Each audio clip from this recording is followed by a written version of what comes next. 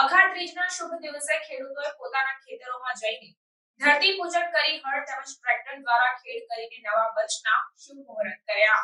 પાટણ જિલ્લાના હારીજ શહેર તેમજ તાલુકામાં ખેડૂતોએ પોતાના ખેતરે જઈને શુભ મુહૂર્તમાં ધરતીનું પૂજન તેમજ ખેતીના ઓજારો, કુમકુમ તિલક તેમજ નારા સાડી બાંધીને પૂજન તેમજ સુખડી અને કંસારનો પ્રસાદ ધરાવીને ધરતી માતાને આવનારું નવું વર્ષ ખેડૂતો માટે ખૂબ ધન ધાન્ય ભર્યું બની રહે તેવી પ્રાર્થના કરી હતી। તેમજ ટ્રેક્ટરથી તથા બળદના હળ દ્વારા પોતાના ખેતરમાં 5 આંટા ખેડ કરીને શુભ મુહૂર્ત કર્યા હતા।